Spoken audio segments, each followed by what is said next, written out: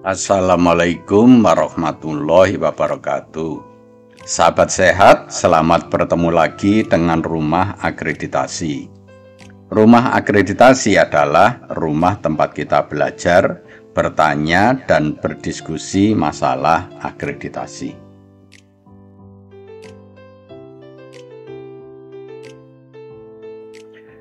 Topik kita kali ini adalah membahas tentang klinik ya, tentang tata kelola klinik ya. Yang kita bahas pada tutorial kali ini adalah tata kelola sumber daya manusia di klinik ya, bersama Dr. Yanto, Surveyor FKTP Kementerian Kesehatan.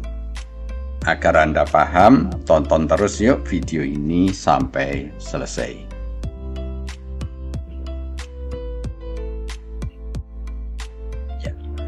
Dalam memahami suatu standar, jadi urutannya yang harus dibaca adalah baca dulu standarnya, setelah itu maksud dan tujuannya, baru elemen penilaiannya. Jangan langsung membaca elemen penilaiannya karena nanti bisa menimbulkan salah persepsi. Kalau salah persepsi berarti nanti dokumen yang disiapkan untuk akreditasi juga bisa keliru ya. Jadi harus urut standarnya dulu, maksud dan tujuannya, baru elemen penilaiannya.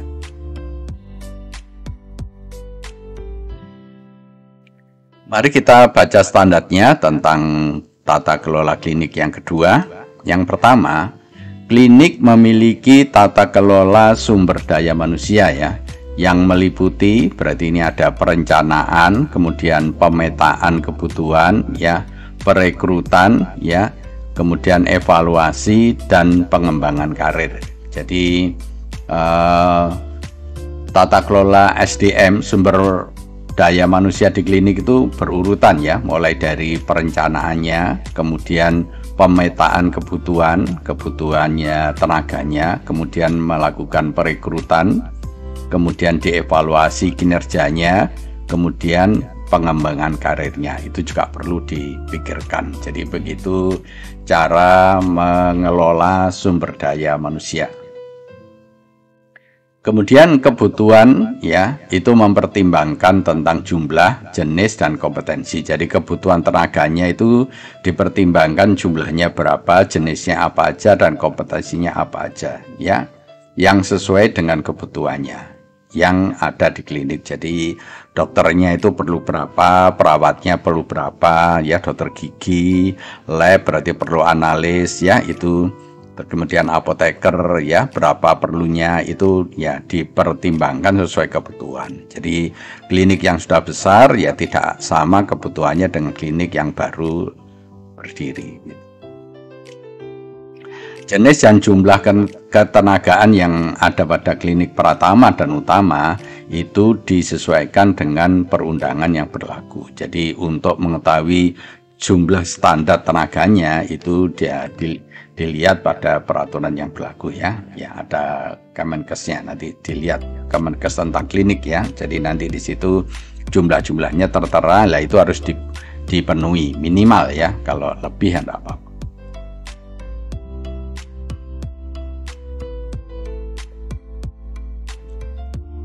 Kemudian maksud dan tujuan standar TKK yang kedua ya, jumlah dan kualifikasi tenaga klinik ya disesuaikan dengan hasil analisis beban kerja. Jadi berapa butuhnya, dokter itu butuh 1 atau 2 ya, perawat itu butuh 3 atau 4 dan seterusnya, itu harus ada dasarnya. Nah dasarnya adalah melakukan analisis beban kerja ya. Untuk mengetahui bagaimana cara melakukan analisis beban kerja, nanti kita akan buatkan di video tersendiri ya.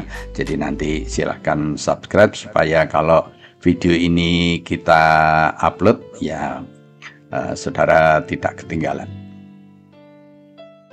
Penanggung jawab tenaga medis, tenaga kesehatan, dan tenaga non-kesehatan harus memiliki kompetensi sesuai dengan aturan. Jadi untuk merekrut tenaga itu harus sesuai dengan kompetensinya.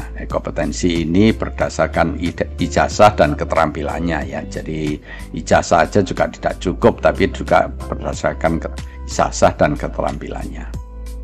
Jadi penanggung jawab klinik juga harus memenuhi kriteria sebagai berikut ya.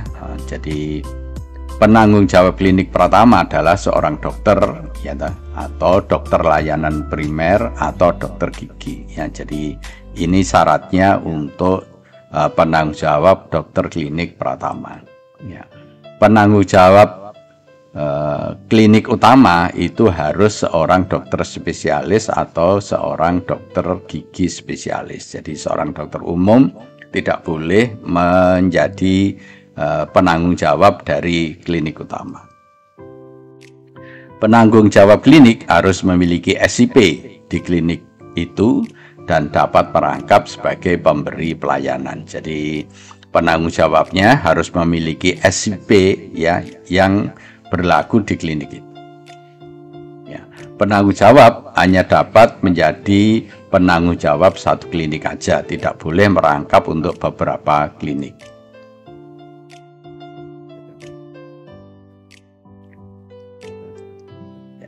Berikutnya, jenis dan jumlah ketenagaan pada klinik pertama dan utama itu disesuaikan dengan aturan yang berlaku ya. Jadi seluruh SDM klinik itu memiliki file ya. Jadi masing-masing pegawai harus mempunyai file kepegawaian yang paling sedikit terdiri dari ini tentang kualifikasi, pendidikan dan pelatihan dan kompetensi. Jadi setiap tenaga itu harus ijazahnya apa, harus ada di situ. Telah mengikuti pelatihan apa juga dikumpulkan di file itu ya. Kemudian harus dilengkapi dengan STR ya, surat tanda registrasi untuk masing-masing tenaga, juga surat izin praktek bagi tenaga kesehatan juga harus dilengkapi. Jangan lupa kalau sudah mati harus dihidupkan kembali ya, harus diurus itu ya. Kemudian juga berisi tentang uraian tugas itu juga harus dilengkapi. Juga kalau telah mengikuti sertifikat pelatihan juga dilengkapi, telah mengikuti sertifikat apa aja ya, itu juga disimpan di file itu. Dan penilaian kinerja ini biasanya dilakukan setahun sekali ya, nanti hasil dari penilaian kinerja itu juga dimasukkan di file dari masing-masing tenaga itu. Juga uraian tekan kompetensi ya, atau uraian tugas ya. Jadi kompetensinya apa itu masing-masing itu ada ditulis di sini ya.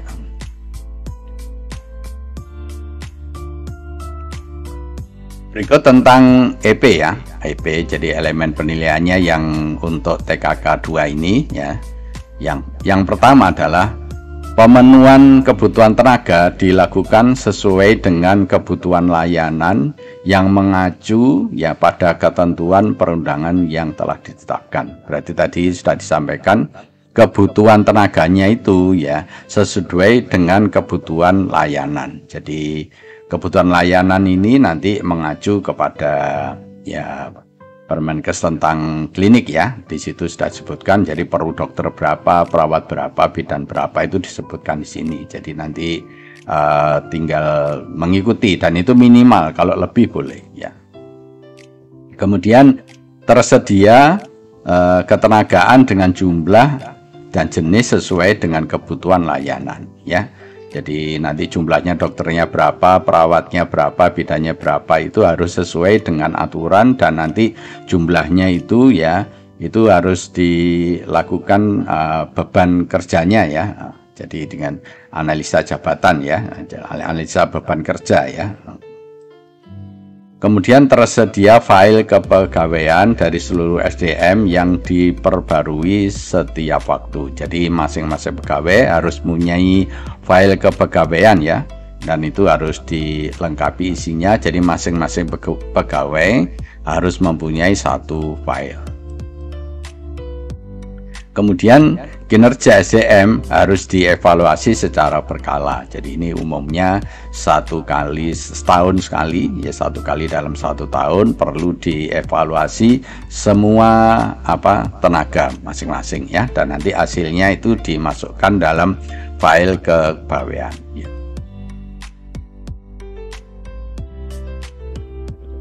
Mari kita perhatikan jadi dokumen apa yang perlu disiapkan pada EP1. Pemenuhan kebutuhan ya tenaga itu dilakukan sesuai dengan kebutuhan layanan yang mengacu pada ketentuan peraturan perundangan yang telah ditetapkan. Jadi bukti dokumennya nanti adalah menyiapkan daftar kepegawaian ya berdasarkan kebutuhan layanan. Jadi ya, membuat daftar kepegawaian ya. Jadi daftar kepegawaiannya itu dokternya berapa, perawat berapa, bidangnya apa, dan itu nanti mengacu kepada Permenkes tentang klinik ya. Jadi situ, dan itu jumlah minimalnya harus dipenuhi ya. Kurang tidak boleh tapi lebih boleh ya.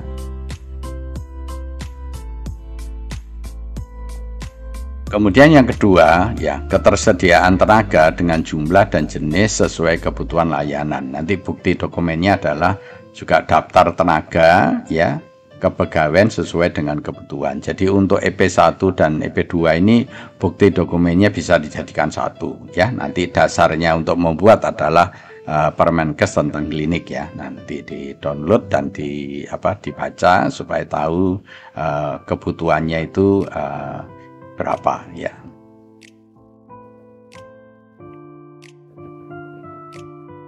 Kemudian tersedia file kepegawaian seluruh SDM yang diperbarui secara berkala. Jadi masing-masing pegawai harus mempunyai file ya. Jadi file dari masing-masing pegawai yang isinya itu ijazah harus dilengkapi STR, kemudian SIP, kemudian sertifikat pelatihan ya, uraian tugas dan penilaian kinerja. Jadi 6 ini yang harus ada di masing-masing file kepegawaian ya. Jadi ini harus dilengkapi ya.